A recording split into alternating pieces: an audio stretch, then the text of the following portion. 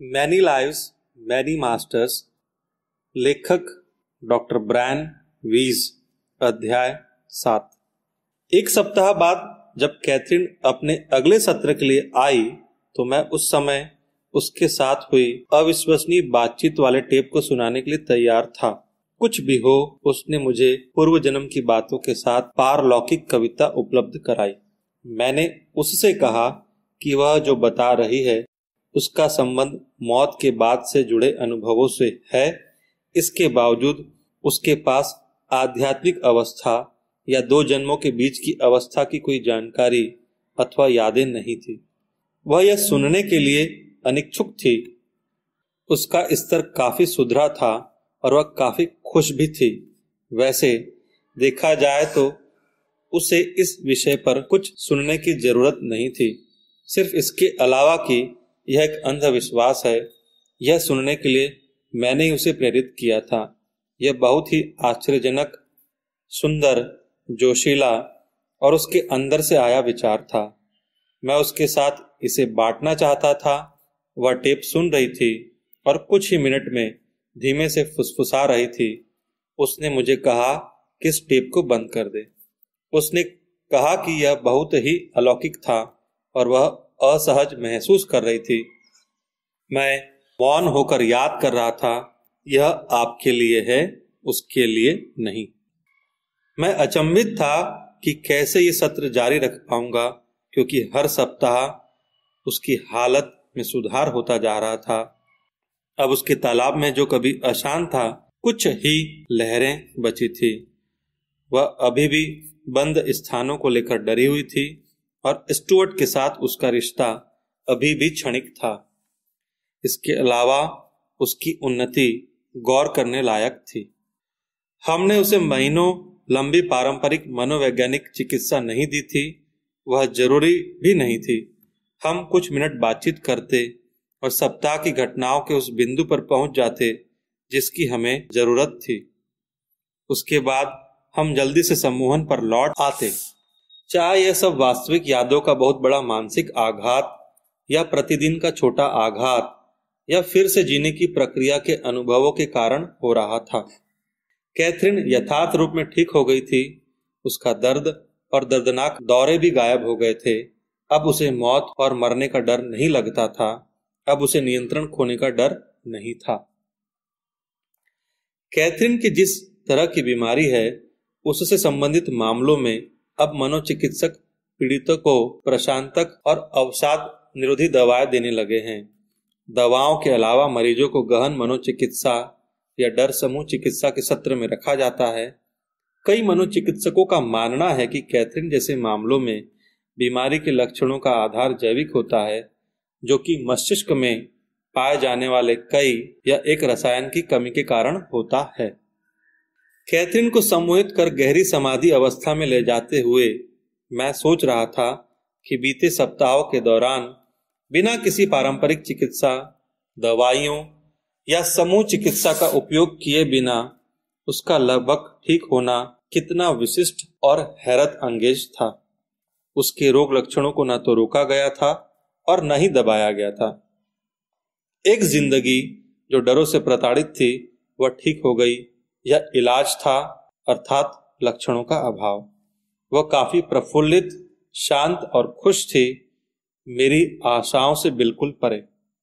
उसकी आवाज फिर धीमी और फुसफुसाहट में बदल गई थी। मैं एक इमारत में हूँ। उसके गुंबद के अंदर की छत में कुछ चीजें हैं। छत नीली और सोने से मड़ी हुई है। मेरे साथ कुछ अन्य लोग भी हैं। वे लोग पोशाकें पहने हुए हैं, पुरानी किसी तरह का जामा, पुराने और बहुत गंदे। मैं नहीं जानती कि हम लोग वहां कैसे पहुंचे। उस कमरे में कई और आकृतियां मौजूद है। उसमें कुछ टुकड़े भी हैं। कुछ टुकड़े कुछ पत्थर संरचनाओं पर खड़े हैं। कमरे के अंतिम छोर पर एक सोने की बड़ी आकृति है। वह दिख रही है। वह अपने पंखों के साथ काफी बड़ी है। वह खतरनाक है। कमरा काफी गर्म है, बहुत गर्म। गर्म इसलिए कि उसमें आने जाने का कोई रास्ता नहीं है। हम अपने घर से बहुत दूर है। हमारे साथ कुछ गलत हुआ है। क्या तुम बीमार हो? हाँ, सभी बीमार हैं। मैं नहीं जानती हमारे साथ क्या हुआ है, लेकिन हमारी त्वचा नष्ट हो गई है, वह काली पड़ गई है और मैं काफी ठंडक महसूस कर रही हूँ। हवा सूखी और बासी है। हम गांव वापस नहीं जा सकते हैं, हमें बाहर ठहरना चाहिए। कुछ के चेहरे बुरी तरह से विकृत हो गए हैं। यह कोई खतरनाक बीमारी मालूम होती है, कुष्ठ की तरह। यदि उसने कभी कोई शानदार जीवन जिया भी हो तो अब तक तो वह हमारे सामने नहीं ही आया था। तुम कितने समय के लिए यहाँ रुकी हुई हो? हमेशा के लिए, उसने उदासी भरे स्वर में कहा। जब तक हम मर नहीं जाते इसका कोई इलाज नहीं है। क्या तुम उस बीमारी का नाम जानती हो? उसे क्या कहते हैं? नहीं, उसमें त्वचा काफी सूखी व मुरझा जाती है। मुझे यह कई वर्षों से है। अन्य लोग अभी इससे पीड़ित हुए हैं। इससे वापसी का रास्ता नहीं है। हम लोगों को समाज से भी निकाल दिया गया है, मरने तक। वह एक गुफा में रहकर बहुत ही भयावह परिस्थितियों का सामना कर रही थी। हमें खाने के लिए शिकार चाहिए था। मैंने सिंह के साथ कुछ जंगली जानवर देखे हैं। हम उनका शिकार कर रहे हैं। वह भूरे रंग का सिंग वाला प्राणी है, बड़े सिंग वाला। क्या तुमसे कोई मिलने आता है? नहीं, वे आसपास नहीं आ सकते, अन्यथा उन्हें कष्ट सहना पड़ेगा। हम शापित हैं। हमने कुछ बुरे काम किए हैं और उसके लिए हम अभिशापित हो चुके हैं और यह हमारी सजा है। उसके धर्म विज्ञान की रेत, उसके जीवन की रेत घड़ी में फिसलती जा रही थी।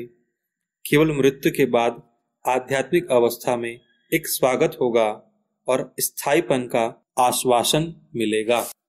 क्या तुम जानती हो कि उस समय कौन सा वर्ष चल रहा है? नहीं, हम लोग समय को भूल चुके हैं। हम लोग बीमार हैं और सिर्फ मौत का इंतजार कर रहे हैं। क्या वहां कोई आशा नहीं है? मैंने संक्रामक हताशा को अनुभव किया। वहां कोई उम्मीद नहीं थी। हम सभी मर जाएंगे। मेरे हाथों में काफी दर्द था। मेरा पूरा शरीर कमजोर हो चुका था। मैं बूढ़ी हो गई थी और मेरे लिए हिलना भी मुश्किल था। क्या होता है जब आप चलने फिरने से पूरी तरह मोहताज हो जाते हैं? आप दूसरी गुफा में जा सकते हैं जहां आप मरने के लिए छोड़ दिए जाते हैं। मरे लोगों के साथ वे लोग क्या करते हैं? गुफा का प्रवेश द्वार बंद कर दिया जाता है। क्या वे रोगी के मरने से पहले ही गुफा को बंद कर देते थे? मैं उसके डर के क्षेत्रों से संबंधित सुराग के लिए खोज कर रहा था। मैं नहीं जानती, मैं वहां कभी नहीं थी। मैं अन्य लोगों के साथ कमरे में थी। वह बहुत गर्म था। मैं दीवारों के पीछे हूं, बस वहां पड़ी हूं। वे कमरे किसके लिए थे? वे पूजा के लिए थे, बहुत से देवता। वह काफी गर्म था। मैं उसे उस दौर में आगे बढ़ा रहा था। मैंने कुछ सफेद देखा, कुछ सफेद चीज देखी है। वह किसी कपड़े की तरह थी। वहां कोई घूम रहा था। वह क्या तुम थी? मैं नहीं जानती। मैं मौत का स्वागत करूंगी। मेरे शरीर में काफी दर्द हो रहा था। कैथरीन के होठ दर्द के कारण छोटे हो गए थे और वह हाँफ रही थी क्योंकि गुफा गर्म थी। मैं उसे मौत के दिन की तरफ ले गया। वह अब भी हाँफ रही थी। क्या सांस लेना बहुत मुश्किल है? मैंने पूछा। हाँ, वह काफी गर्मी थी, महसूस हुआ। गर्मी, बहुत अंधेरा। मैं देख नहीं सकती थी और कहीं जा नहीं सकती थी। गर्म और अंधेरे गुफा में वह मर रही थी। उसे लकवा हो गया था और वह अकेली थी। गुफा का दरवाजा पहले ही बंद कर दिया गया था। वह काफी डरी हुई और दुखी थी। उसकी सांसें तेजी से बार बार टूट रही थी। आखिरकार उसका वेदना भरा जीवन कारुणिक रूप से खत्म हो गया। मैं काफी हल्का महसूस कर रही हूँ, जैसे मैं हवा में तैर रही हूँ। यहाँ बहुत रोशनी है। यह आश्चर्यजनक है। क्या तुम्हें दर्द हो रहा है? नहीं, वह रुकी। मैंने देवात्माओं का इंतजार किया, लेकिन वह पुनः फुसफुसाई। मैं तेजी से गिर रही हूँ। मैं अपने शरीर में वापस जा रही हूँ। यह हम दोनों ही के लिए आश्चर्यजनक था। मैं गोल खंभों वाली बहुत सी इमारतें देख रही हूँ। वह बहुत सी इमारतें हैं। हम लोग बाहर हैं।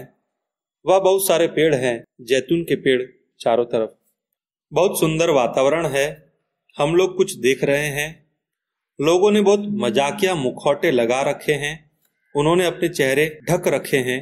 यह कार्निवाल है। उन्होंने लंबे चोगे पहने हुए हैं और अपने चेहरों को मुखौटों से ढक रखा है। वे सभी एक प्लेटफॉर्म पर हैं जिसके ऊपर हम सभी बैठे हैं। क्या तुम लोग कोई नाटक देख रहे हो? हाँ। तुम कैसी दिख रही हो? तुमने खुद को देखा है? मेरे सुनहरे बाल है, मेरे बालों में एक चोटी है। वह रुकी। उसकी खुद के बारे में जानकारी और जैतून के पेड़ों की उपस्थिति ने यूनानी समय यानी 1500 ईसा पूर्व, जब मैं शिक्षक डियोजीनस था, की याद दिला दी। मैंने जांच करने का फैसला लिया। क्या तुम्हें तारीख का पता है? नहीं। क्या वहां तुम्हारे साथ जो लोग हैं उन्हें तुम जानती हो? हाँ, मेरे पति ठीक मेरे बाद बैठे हैं। मैं उन्हें नहीं जानती। कैथरीन के वर्तमान जीवन में। क्या तुम्हारे बच्चे हैं? हाँ, अभी मैं बच्चे के साथ हूँ। उसके शब्दों का चयन काफी रुचिकर हो रहा था, कुछ प्राचीन सा और कैथरीन के वर्तमान शैली जैसा बिल्कुल नहीं। क्या तुम्हारे पिता वहां है? मैंने उन्हें वहां नहीं देखा। आप वहां कहीं आसपास हो, पर मेरे साथ नहीं हो। तो मैं सही था। हम लोग 35 शताब्दी पीछे चले गए थे। मैं वहां क्या कर रहा था? मैंने पूछा। आप वहां कुछ देख रहे थे। आप कुछ पढ़ा भी रहे थे। आप पढ़ा रहे थे। हम आपसे सीखते थे। हमने आपसे सीखा था चौकोर और गोलाकार मजेदार चीजें। डियोजीनस, आप वहां है। इसके अलावा तुम मेरे बारे में क्या जानती हो? आप बूढ़े हैं। आपसे मेरा कोई रिश्ता है। आप मेरी माँ के भाई हो। क्या तुम मेरे परिवार में किसी और को भी जानती हो? मैं आपकी पत्नी को जानती हूँ और आपके बच्चों को भी। आपके 2 बेटे हैं, दोनों मुझसे बड़े हैं। मेरी माँ की मौत हो चुकी है। वह काफी कम उम्र में दुनिया छोड़ गई। क्या तुम्हारे पिता ने तुम्हारा लालन पालन किया? हाँ, लेकिन अब मैं शादीशुदा हूँ। क्या तुम गर्भवती हो? हाँ, पर मैं डरी हुई हूँ। जब बच्चा जन्म ले तो मैं मरना नहीं चाहती हूँ। क्या ऐसा तुम्हारी माँ के साथ हुआ था? हाँ। क्या तुम डरी हुई थी कि वह तुम्हारे साथ होगा? कई बार ऐसा होता है। क्या यह तुम्हारा पहला बच्चा है? हाँ, मैं बहुत डरी हुई हूँ। डिलीवरी का समय करीब लगता है। मेरा पेट काफी बड़ा हो गया है और मुझे चलने फिरने में दिक्कत हो रही है। मौसम ठंडा है। वह उस दौर में खुद को काफी आगे लेकर आ गई थी। बच्चा जन्म लेने ही वाला था। कैथरीन को कभी कोई बच्चा नहीं था और मैंने भी पिछले 14 साल में मेडिकल स्कूल के बाद कोई ऐसा मामला नहीं लिया था। तुम कहाँ हो? मैंने उसे परखना चाहा। मैं एक पत्थर जैसी चीज पर लेटी हुई हूँ। वह काफी ठंडा है। मुझे काफी दर्द हो रहा है। किसी को मेरी मदद करनी होगी। किसी को मेरी मदद करनी चाहिए। मैंने उसे गहरी सांस लेने के लिए कहा। इससे बच्चा बिना पीड़ा के जन्म ले लेगा। उस समय वह बहुत कराह और हाफ रही थी। उसे प्रसव के दौरान काफी मिनटों तक तड़पना पड़ा और फिर उसने एक बच्चे को जन्म दिया। वह एक लड़की थी। क्या तुम अच्छा महसूस कर रही हो? बहुत कमजोर। काफी खून बह गया। क्या तुम्हें पता है तुमने अपनी बेटी का नाम क्या रखा है? नहीं, मैं बहुत थक चुकी हूँ। मुझे मेरी बच्ची चाहिए। तुम्हारी बेटी यहाँ है। मैं हड़बड़ाया। छोटी लड़की। हाँ, मेरे पति खुश है। वह काफी थकी हुई थी। मैंने उसे आदेश दिया कि वह थोड़ी नींद ले लें, जिससे वह तरोताजा हो जाएगी। 1 या 2 मिनट के बाद मैंने उसे झपकी से जागते देखा। क्या तुम अच्छा महसूस कर रही हो? हाँ, मैंने जानवर देखे। वे अपने पीछे कुछ लाद कर चल रहे थे। उनके ऊपर डलियाएं लदी थी। डलियाओं में कई चीजें भरी थी। खाना, कुछ लाल फल। क्या वह काफी खूबसूरत जमीन है? हाँ, वहां बहुत से फल है। क्या तुम उस जमीन का नाम जानती हो? जब कोई बाहरी व्यक्ति तुम्हारे गांव का नाम पूछता है तो तुम उसे क्या बुलाती हो? कैथेनिया, कैथेनिया। यह कोई ग्रीक गांव लगता है, मैं बुदबुदाया। मैं नहीं जानती। क्या आप जानते हो? आप तो गांव से दूर जा चुके थे और वापस आए थे। मैंने ऐसा नहीं किया था। यह एक नया पेश था, क्योंकि उस जिंदगी में मैं उसका मामा था, बूढ़ा और जानकार था। इसलिए वह मुझसे ही मेरे सवाल का जवाब पूछ रही थी। दुर्भाग्य से मैं उसके बारे में कुछ भी नहीं जानता था। क्या तुमने अपनी पूरी जिंदगी अपने गांव में ही बिताई? मैंने उससे पूछा। हाँ, वह फुसफुसाई। लेकिन आप यात्रा करते रहे हो, इसलिए आप जान सकते हो कि आपने क्या पढ़ाया। आपने यात्रा से सीखा, जमीन के बारे में सीखा, कई व्यापारिक रास्तों को, इसलिए आप उनके सामने नक्शे रख सकते हो। आप बुजुर्ग हो, आप युवा लोगों के साथ जाएंगे, इसलिए आप नक्शों के बारे में समझते हो। आप बड़े जानकार हो। नक्शों से तुम्हारा क्या मतलब है? सितारों के नक्शे? आप संकेतों को जानते हैं। आप उनको बनाने में मदद कर सकते हैं। नक्शे बनाने में उनकी मदद। क्या तुम गांव के अन्य लोगों को पहचानती हो? मैं उन्हें नहीं जानती, किंतु मैं तुम्हें जानती हूँ। सही है। हमारे संबंध कैसे हैं? बहुत अच्छे। आप बहुत दयालु इंसान हैं। मुझे आपके जरा आगे बैठना अच्छा लगता है। यह बहुत ही सुविधाजनक है।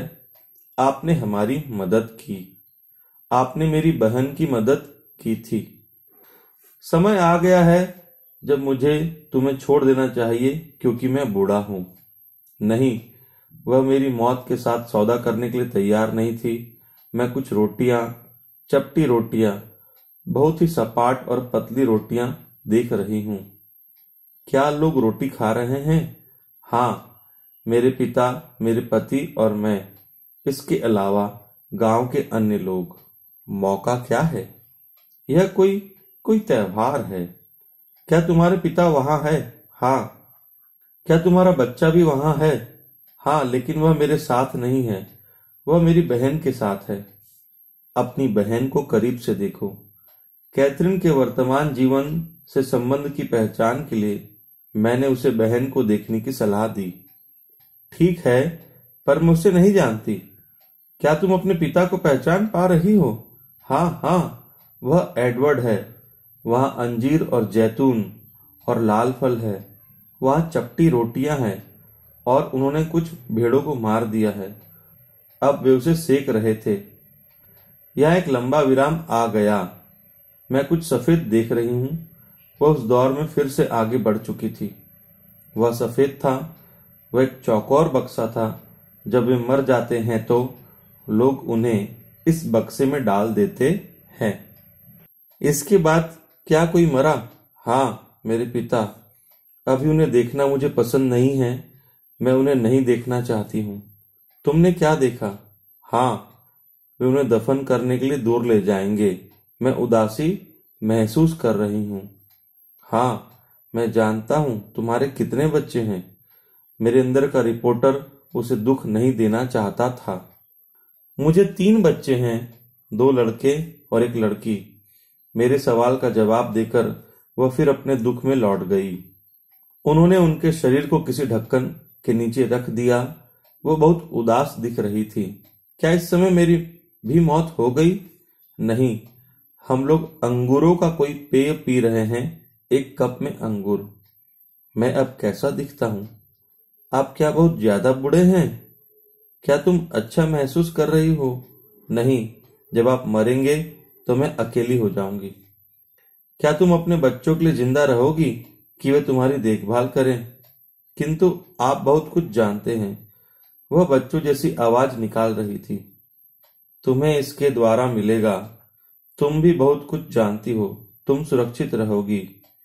मैंने उसे फिर से आश्वासन दिया और वह शांति से विश्राम करती दिख रही थी।